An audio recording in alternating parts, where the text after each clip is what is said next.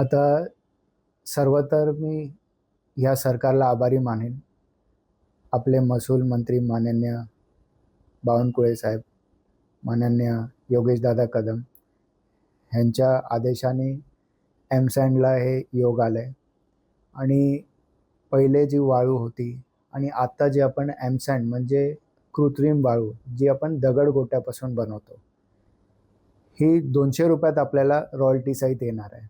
आणि पैसे ठीक आहे, ₹200 ही खूप कमी रॉयल्टी आहे, ही लोकांना परवडण्यासारखी आहे. पण नैसर्गिक पद्धतीने पण जे आपण नदीमध्ये पहिले एक्स्कव्हेशन करायचो वाळूसाठीच फक्त, तर ते एक इकोसिस्टमसाठी चांगलं नाही.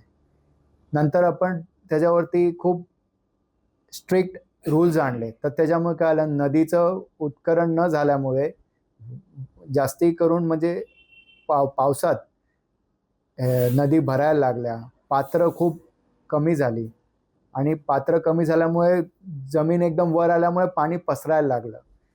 एक उदाहरण आहे आपली वाशिष्ठी नदी. तुम्ही बघताय गेल्या 2-3 वर्षापासून चिपळूणमध्ये काय परिस्थिती होते.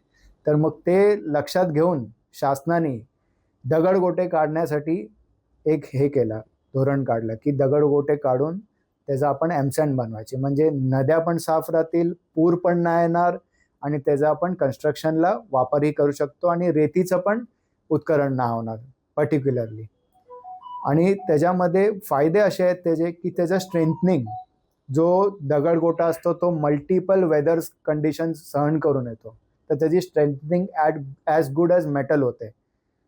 तर ती तुम्ही कुठेही वापरा, कन्स्ट्रक्शनला वापरा, रस्त्याला वापरा, इतर ठिकाणी RCC, PCC जे काय करतात इक्विपमेंट्ससाठी वापरले जातात, त्याचं स्ट्रेंथनिंग आणि लाईफ खूप वाढते. हे एक त्याचा मोठा फायदा आहे. तुम्ही नागरिकांना काय आवाहन कराल?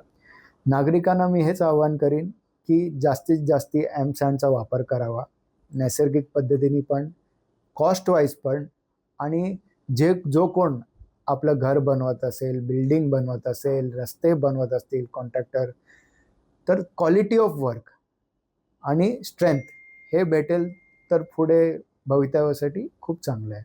दादा, पहिल्यांदाच कोकणामध्ये OTT फॅसिलिटी जी आहे ही आपल्या माध्यमातून सुरू होते. त्याची जर सविस्तर माहिती. OTT आज सगळेजण वापरतात, वेगळे ॲप्लिकेशन डाउनलोड करून वापरतात.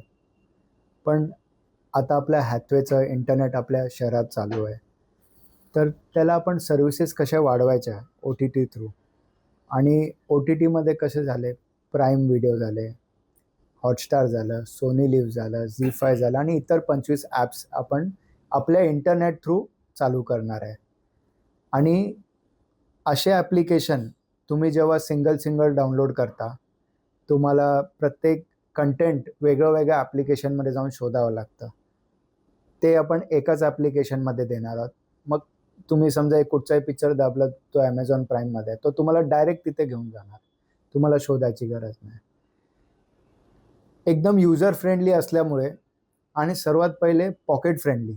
युजर फ्रेंडली आणि पॉकेट फ्रेंडली ह्या 2 गोष्टी असतात, तर हा एक कस्टमरला सॅटिस्फॅक्शन लेवल असतो. तर पॉकेट फ्रेंडली कसं आपण ह्याला बनवू शकतो, की सिंगल आपण समजा OTT ॲप विकत घेतलो, तर ते महाग पडतात. कुठे पण आपण होलसेलनी कुठचाही समजा मटेरियल असेल, जो आपण होलसेलनी घेतो तो आपल्याला स्वस्त पडतो. तसंच एक हे होलसेल बाईंग आहे, की तुम्ही इंटरनेट थ्रू OTT घ्याल तर तुम्हाला चांगल्या रेटमध्ये भेटेल. तर हे आपण सगळ्या आपल्या कस्टमर्सना, येणाऱ्या कस्टमर्सना, जुन्या कस्टमर्सना, हे सगळ्यांना आपण पोहोचवण्याचा खूप प्रयत्न करतोय, की लोकांचे पैसे वाचावं, टेक्नॉलॉजी पुढे जावी, लोकांना चांगलं कम्युनिकेशन स्किल्स वाढावे, मनोरंजन भेटावं, या सगळ्या गोष्टी आपण करतोय. आणि जर कोणाला ते हवं आहे तर कोणाशी संपर्क आणि कसा करायचा? आता ही सर्व्हिसेस आपण या आठवड्यापासून सुरुवात करणार आहे. आणि जे आपले कंपनीचे जे इंटरनेटसाठी आपण ज्यांना कॉल करतो, जे आपले टोल फ्री नंबर आहेत, आपल्या हॅथवेचा एक ॲप्लिकेशन आहे प्ले स्टोअरवरती, ते डाउनलोड करून पण आपण ऑर्डर बुक करू शकतो. समजा हे आपलं खेड शहर आहे, चिपळूण शहर आहे, रत्नागिरी आहे, दापोली आहे, आपण एक्सक्लुझिव्हली कोकणासाठी करतोय. मुंबई शहरामध्ये ही सर्व्हिसेस आपण चालू केलेली, पण आपल्या कोकणासाठी पॉकेट फ्रेंडली असावी आणि हे नॉन मार्जिन करणार आहे आपण इंटरनेटवरती आपण विकतो ठीक आहे, पण हे जे सर्व्हिसेस आपण देणार आहे नॉन मार्जिन देणार आहे.